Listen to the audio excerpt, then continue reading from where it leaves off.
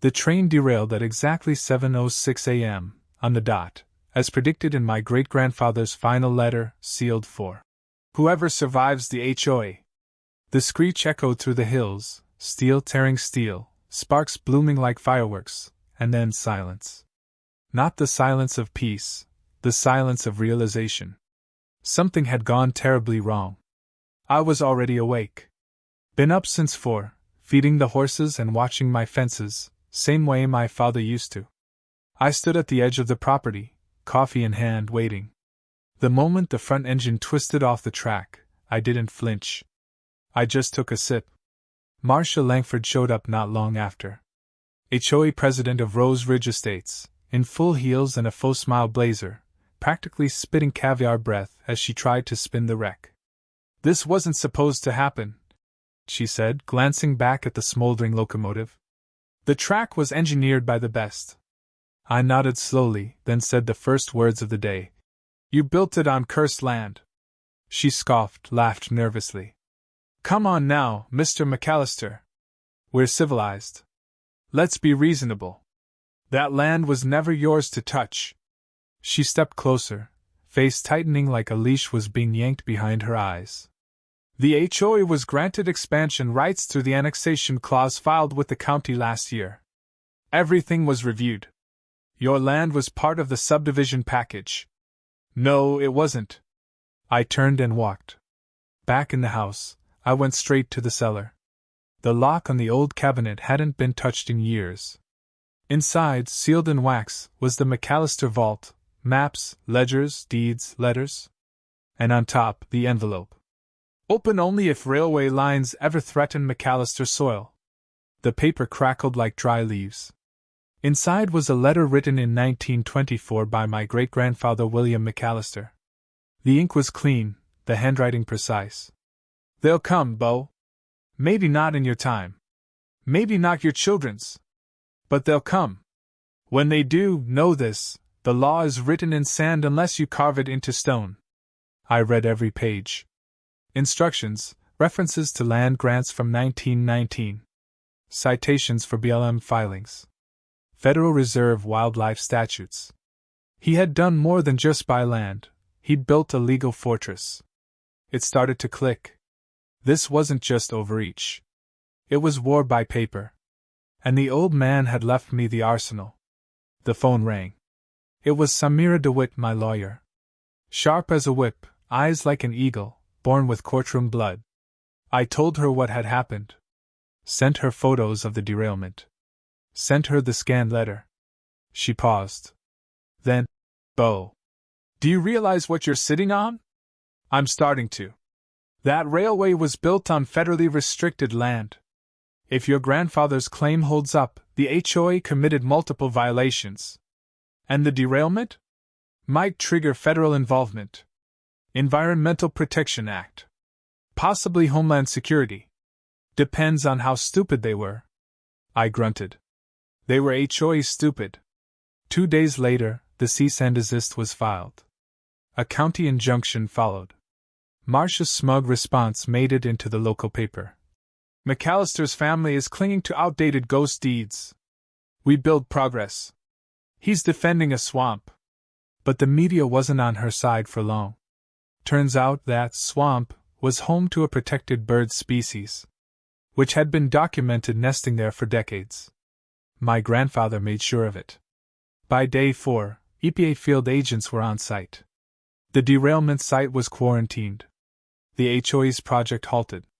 A reporter from Channel 12 News asked Marcia if she was worried. She smiled too wide. "Not at all. We followed procedure." When she said that, I knew she was lying. Because I found the procedure. Right there in the HOA's own minutes, illegally redacted, buried under vague language. A rushed vote. No review.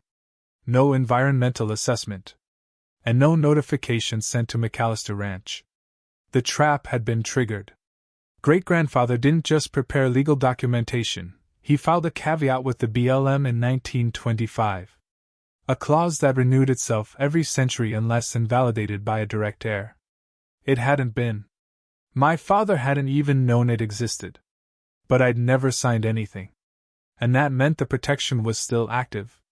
Samira filed the next round of paperwork. A formal land rights declaration, backed by historical documentation. The state had no choice but to pause everything. The HOA was served. Marcia came to the fence the next morning, heels sinking into my dirt. She waved her phone like a magic wand. "You know this can all go away if you cooperate," she said. I didn't look up from the post I was hammering. "You mean surrender my family's land so you can build a Starbucks next to my barn? It's not personal. To you." She leaned in, voice lowering. "We have the money. You have tradition. Which one do you think wins?" I looked her square in the eyes. "The one with deeper roots." She left in silence. That's when I knew we were past the bluff.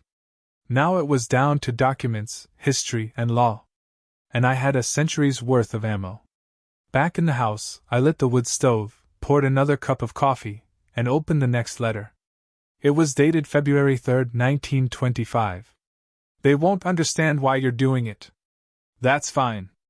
You're not doing it for them. You're doing it so they never forget whose land it was to begin with." I smiled. The old man was stubborn. I came from a good line. And the HOA just drove a train into the last trap they'll ever build. The county clerk called at 8:15 sharp. She didn't sound cheerful. "Mr. McAllister, you've made some people very uncomfortable." "I'm just reading old paperwork. You might want to get a lawyer." "I already have one." She bites. By noon, the HOA filed a motion to dismiss the cease and desist. Claimed my documents were non-binding historical curiosities. Marcia released a new statement to the press. Called me a heritage hoarder. Claimed the HOA was promoting eco-friendly infrastructure, while I clung to obsolete boundaries. Samira wasn't amused. She was already waist-deep in the historical archive. 36 hours later, she sent me a PDF titled McAllister Wildlife and Sovereign Title Claim, 1924 to 2024. It was 60 pages of legal poetry. "This isn't just a deed," she told me. "Your great-grandfather filed a contiguous land patent under the Antiquities Clause, one that predates the incorporation of the surrounding counties. He didn't just buy land. He turned it into a self-renewing environmental trust. And you're the only person who can revoke it. What happens if I don't? Then the land resets for another century of immunity, no trespass, no transfer, no construction. Federal law enforces it. And the HOA? If they broke ground knowingly, they've committed federal violations. Not civil. Criminal." That same night, I got a knock on my door. Not Marcia this time. Her second-in-command, some finance guy named Robert who thought cowboy boots made him relatable. He handed me an envelope with a check. $1.2 million, he said. "Walk away. This is us being generous." I read the check, then tore it in half. "Tell Marcia the land's not for sale. It never was." He tried to laugh. "You don't think we can bury you in court? I think you're already sinking." The next day, we filed for an emergency injunction. The county couldn't ignore it now, not with EPA on site and federal statutes in question. Samira motioned for a preliminary discovery process. That's when the good stuff started bleeding out. First came the email chain. An internal thread between Marcia, the developers, and their surveyor. One message stood out. "McAllister landmark disputed on original BLM scan. Proceed anyway. Annexation language buys us time." They knew. They absolutely knew. Second came the 1972 plat map. Marcia's proof: the HOA had rights to the land. We ran it through a forensics firm. The watermark had been digitally inserted. The legend font didn't exist in 1972. The county archives had no record of it ever being filed. Forgery. Full stop. By day 7, things were unraveling. County supervisors started distancing themselves from the HOA. Local news caught wind of the forgery and aired an investigative segment titled "The Railroad Through History," or Fraud. Then came the bombshell. Samira found a clause in the original trust stating that any industrial disturbance, made without trustee consent, would trigger immediate escalation to the Department of the Interior, with penalties determined by the full breadth of the Endangered Lands and Species Preservation Act. Bo McAllister was not just a landowner now. I was the trustee of a dormant sovereign ecological preserve. And the train that derailed? That counted as industrial disturbance. The trigger had been pulled. The trap had sprung.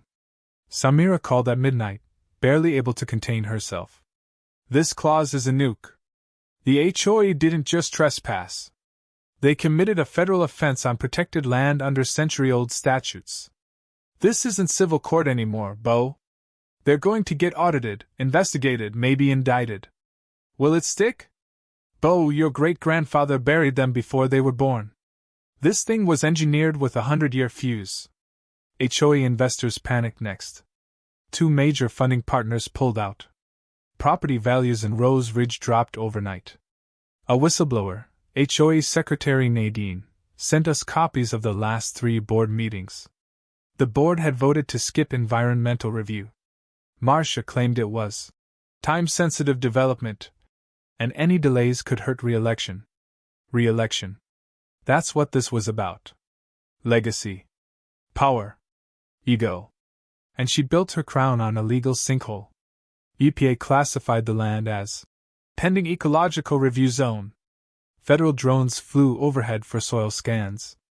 The birds my great-grandfather catalogued? Still nesting, as if they knew we'd need them one day. Samira filed the next motion, a full injunction against all HOA development pending the results of the audit. And to everyone's shock, the judge granted it. That's when Marcia went on TV, makeup cake thick, smile tight, voice desperate. This is an attack on progress by a man clinging to dusty fairy tales. Our HOA is building the future, he's trapped in the past. But the past was fighting back. I held a press conference the next day. Said nothing about vengeance. Just read a passage from the McAllister Journals, dated 1931. If they come with hammers, meet them with history. If they come with lies, meet them with truth. But if they come with steel, bury it in their path, and let time do the rest. That quote made the front page. Underneath it, the headline, Man Stops Train with Century-Old Law. At home, I didn't celebrate. I cleaned out the barn. Fed the dogs. Watched the sun rise behind the mountains that had watched me grow up. There was still more to come. But the fight was no longer about defending land. Now it was about exposing every rotten beam holding that HOA together. And my family had waited 100 years to watch it collapse. The courtroom smelled like paper and anxiety. By the time the injunction stuck, and the HOA realized this wasn't going away, they switched lawyers. Brought in a polished type named Gerald Fox, known for smiling while bulldozing people into settlements. He showed up with a 300-page binder and a strategy built entirely on pretending my land didn't exist in the eyes of modern law. Samira barely blinked.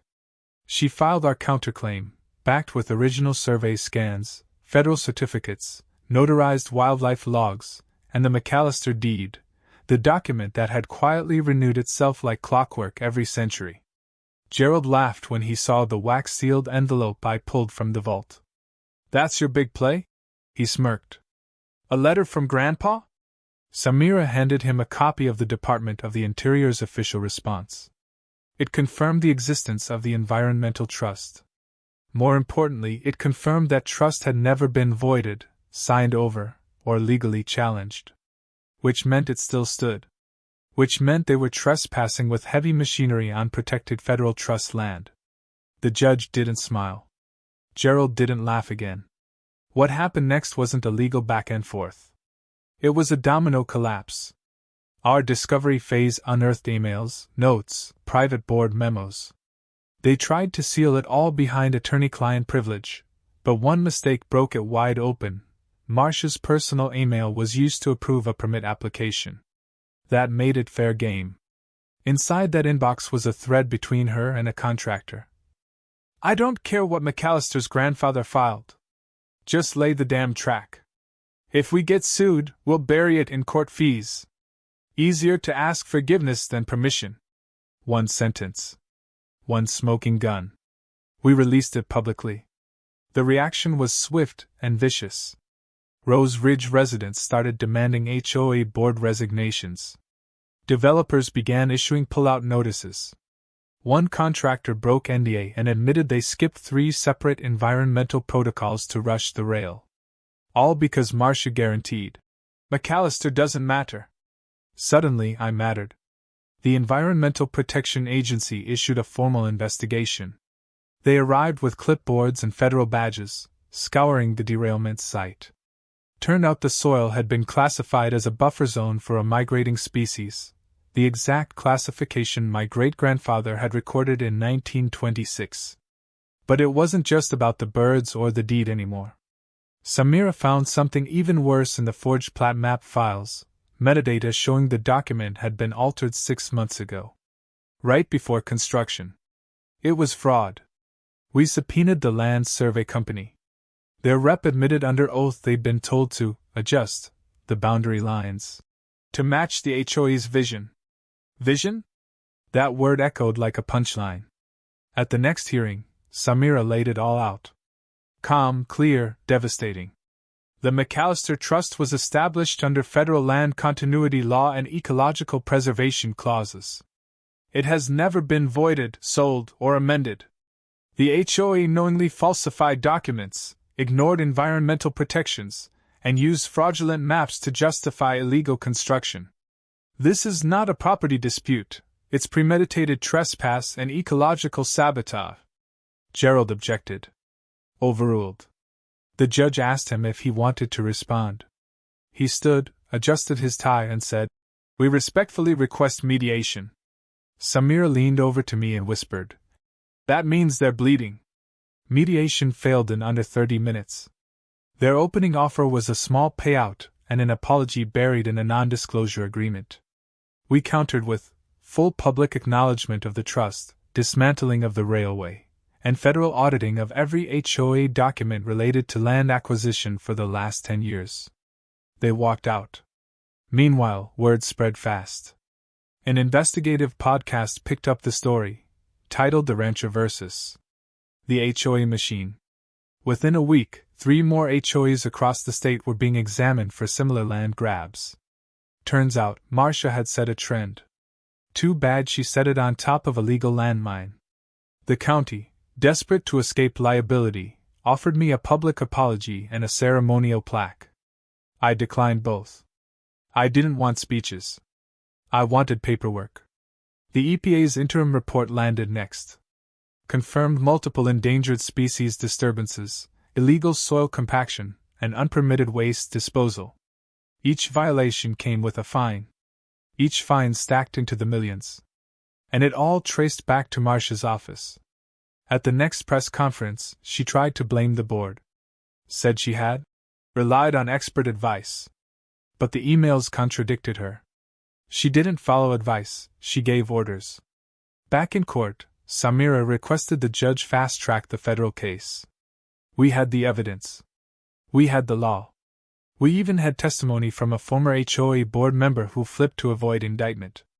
His sworn statement? She told us no one would care. Said McAllister was just a stubborn old holdout. That we'd roll him like we did the rest. He named neighborhoods. He named forged votes. He named bribes. And the judge? He just listened. And then set a trial date. As we walked out of the courtroom, Samira handed me a thin folder. "What's this?" "Final strategy. We win this, we don't just stop them, we expose them all. You ready?"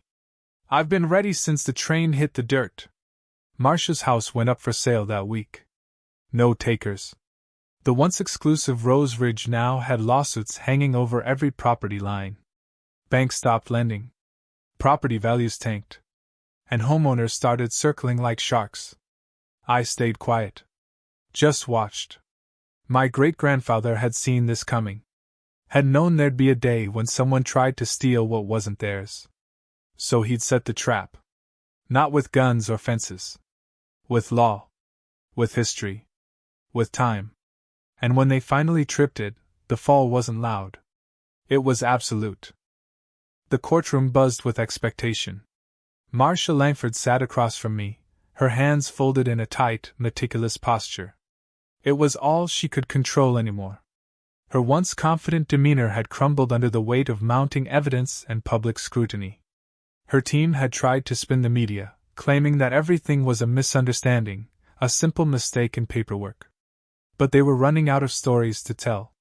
This wasn't about land anymore. It was about power, money, and control. And they had underestimated 100 years of preparation.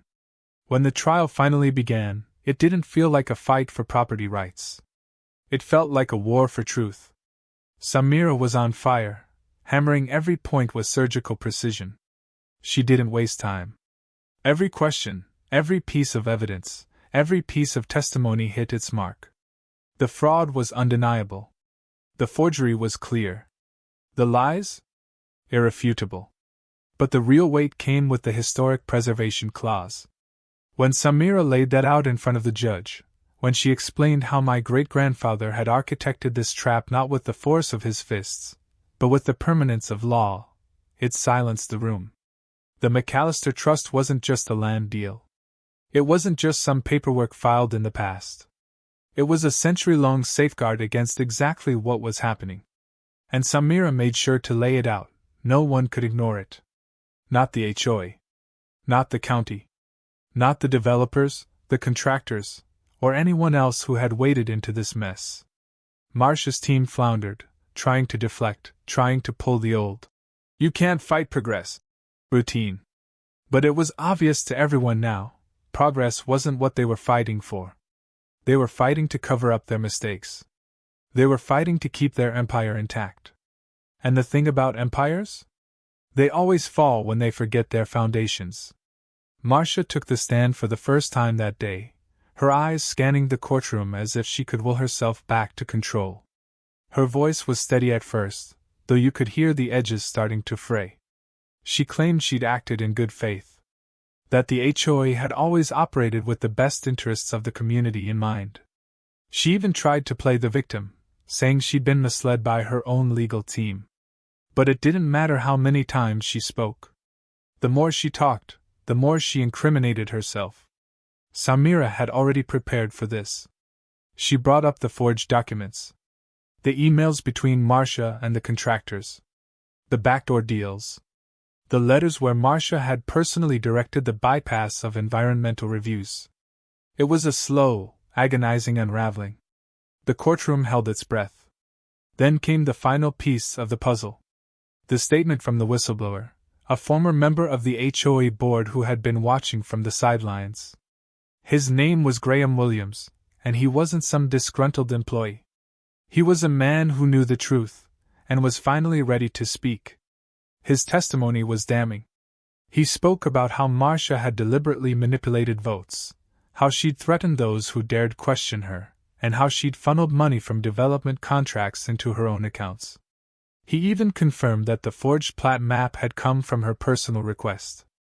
"I didn't want to be part of it anymore," Graham said, his voice shaking.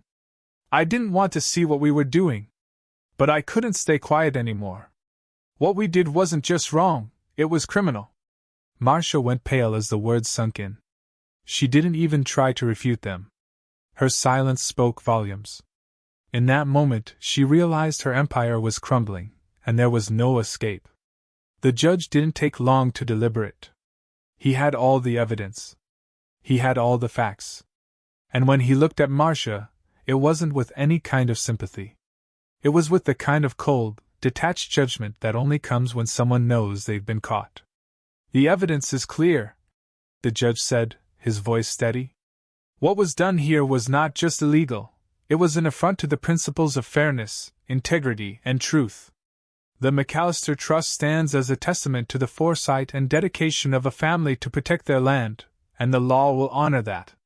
He didn't even look at Marcia when he spoke the final words. He just gave his ruling, which echoed through the room like a death knell for the HOA's plans. "Your actions have violated federal law, and your efforts to circumvent that law have only strengthened the McAllister claim. You will be held accountable. The railway must be dismantled, and the land restored to its rightful designation. The room exploded in murmurs. Lawyers shuffled papers. Reporters scribbled frantically in their notebooks. And Marcia, the once powerful president of Rose Ridge Estates, sat frozen, her hands trembling at her sides. There was no more denial. No more blaming anyone else. The empire she'd built had collapsed under the weight of its own greed. The judge didn't stop there. He ordered a full audit of the HOA's finances, a criminal investigation into the forged documents, and a civil case for every person who'd been affected by the fraudulent developments. It wasn't just the railway anymore, it was the entire chain of deceit she'd built over the years. When the gavel came down, it wasn't a victory. It was justice. Not for me, not for my family, but for every person who'd been affected by the HOA's exploitation of their trust. As we walked out of the courthouse, I looked at Samira. She was smiling, but it wasn't the smile of someone who had just won a case. It was the smile of someone who had seen this day coming long before anyone else had. She knew the law. She knew the history. And she knew that Marcia Langford was never going to win. "You did it," I said. She shrugged. "No, Beau. We did it. You just had to be patient." We didn't stay for the celebrations. The story was already out. The headlines wrote themselves. HOA president indicted, McAllister family prevails. I drove back to the ranch. The morning was quiet again. The birds were still nesting. The fields still held the promise of more growth. And my great-grandfather's legacy? It had held. It had protected. It had done exactly what he'd wanted it to do. And as for Marcia Langford and her empire? They were nothing but a footnote in a history that had already passed judgment. It was over. The courtroom, once filled with the sound of Marcia's defenses and the frantic rustling of legal papers, was now silent. The echoes of justice resonated in the room. I didn't need to look at the final verdict to know that Marcia's empire had fallen. The truth had crushed her, slowly and inevitably. As Samira and I left the courthouse, the weight of the victory settled over me like a heavy blanket. The case wasn't just about land anymore, it had become a battle for truth. For decades, my family had kept that land, kept it alive with a silent promise, and it had stood firm against every attempt to steal it. Now we had won. Not just against the HOA, but against the arrogance of those who thought they could rewrite history and destroy what was rightfully ours. The press was waiting outside, flashing cameras as reporters shouted questions, their voices a blur of rapid-fire curiosity. I ignored them, walking past with Samira at my side. The press was just noise. What mattered now was what came next. The damage had been done, and the truth would continue to unfold, piece by piece. I didn't expect an apology from Marcia. She didn't owe one to me. She owed one to everyone she'd ever deceived, manipulated, and run over to build her empire. That was the real victory, watching her lose her control, her facade of power cracking like glass. "Do you think she'll go to jail?" Samira asked as we stepped into the car. Her voice was calm, almost disinterested, but I knew she was watching me carefully for my reaction. I chuckled darkly. "I don't care what happens to her now. I care about what happens to this land. This fight was never personal. It was about protecting what's been passed down, what's rightfully ours. That's what matters." The truth was, I hadn't been fighting Marcia all this time. I'd been fighting the people like her, the ones who believed that power could be bought, that laws could be bent, and that the past didn't matter. That land wasn't just dirt and grass. It was a legacy. A promise. And nothing was going to take it from me. Later that day, the press release went out. The headlines were inevitable. HOA president indicted for fraud, McAllister Ranch triumphs. The entire HOA board was under investigation. The developers were left holding the bag, their plans for expansion dismantled by the truth that had been buried for a century. It didn't feel like a win, though. At least not in the way most people would think. It wasn't about the money or the headlines or even the legal victory. It was about the knowledge that my great-grandfather's vision had survived. That one man, in his wisdom, had crafted a plan so airtight that nothing, no matter how powerful or corrupt, could tear it apart. I sat on the porch that evening, looking out at the land that had been saved. The wind moved through the trees like it had for generations, whispering the same secrets it always had. It was peaceful now, the chaos of the last few weeks finally behind us.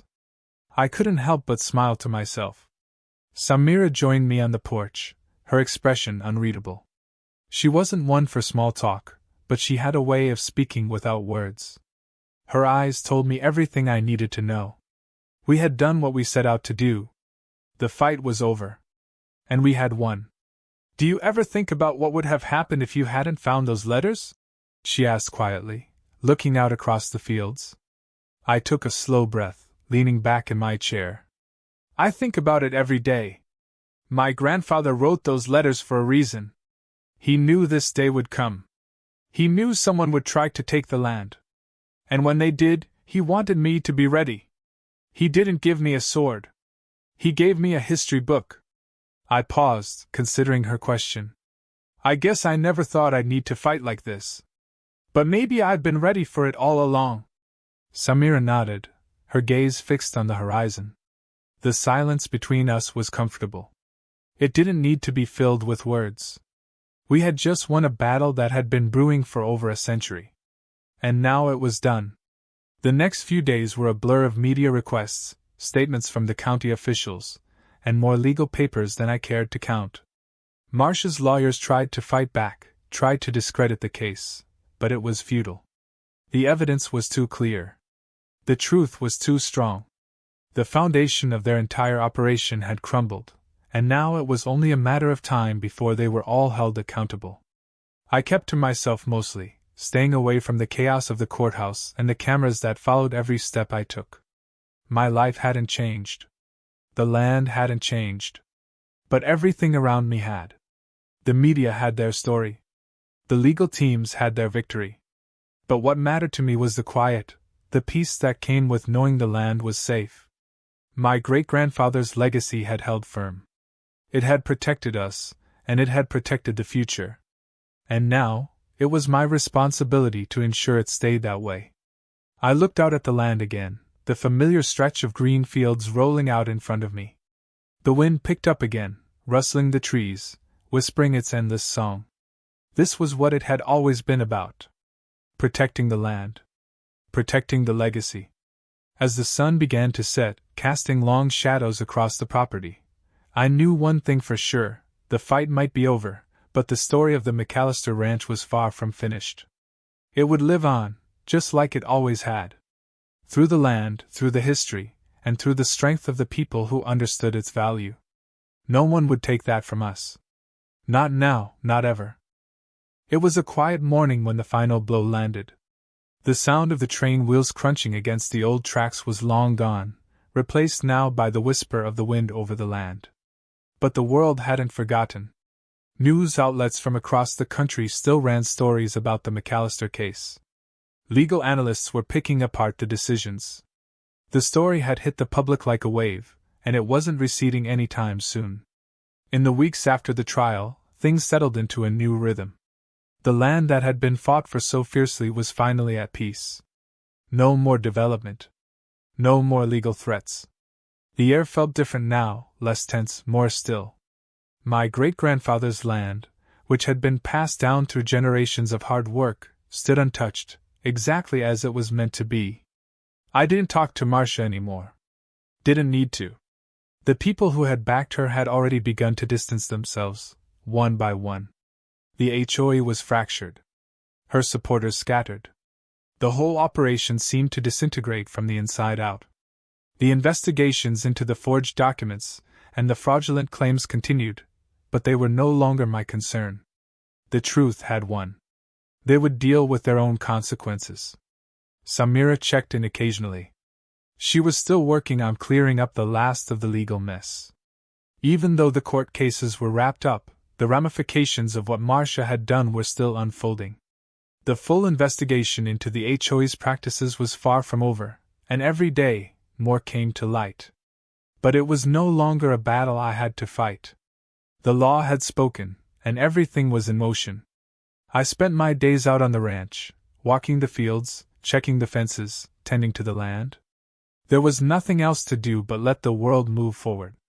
And for the first time in a long while, I felt the weight of the years of pressure lift off my shoulders. It wasn't just a legal victory. It was a victory for the way we lived. The way we worked the land, and the way we had always protected it. One morning, as I walked along the fence line, I saw a man approaching on horseback. His hat was pulled low, and his gait was familiar. When he reached me, I recognized him as an old friend from the neighboring farm, a man named Carl. He was a few years older than me, a lifelong rancher who'd seen more than his fair share of hard times. He tipped his hat, and I did the same.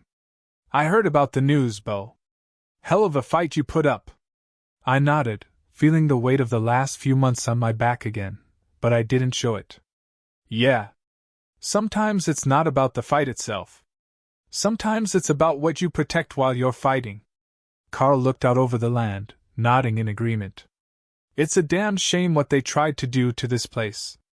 They don't understand what it means to hold on to something like this. To keep it real.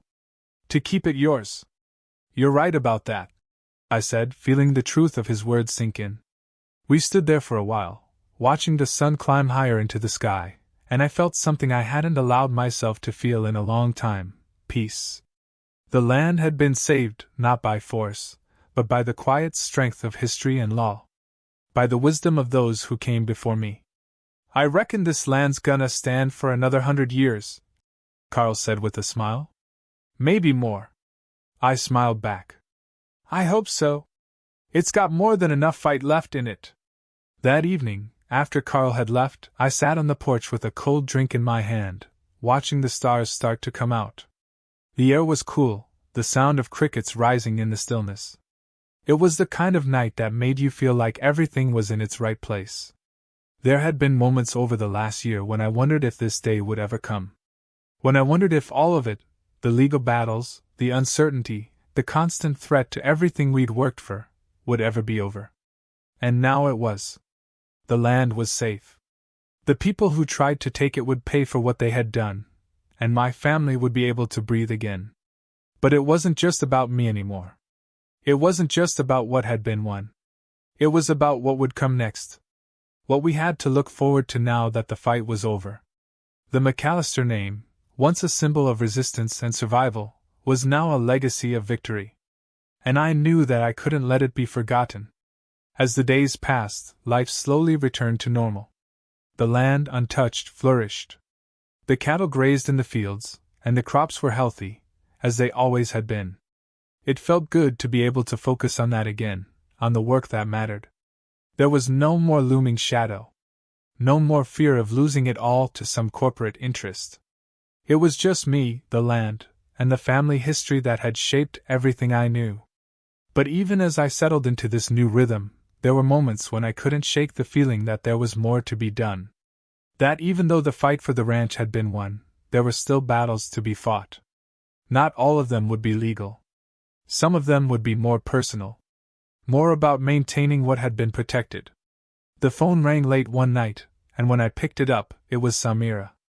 Her voice was steady, but I could hear the underlying excitement.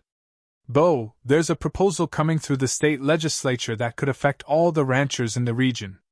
They're trying to pass new zoning laws. They might try to take land again. But this time, they're working through local government channels instead of the HOA. I listened carefully, the weight of her words sinking in. "How soon?" "Soon enough," Samira replied. "We need to be ready." And just like that, the fight wasn't over. The land wasn't safe, not forever. Not until we made sure it stayed that way.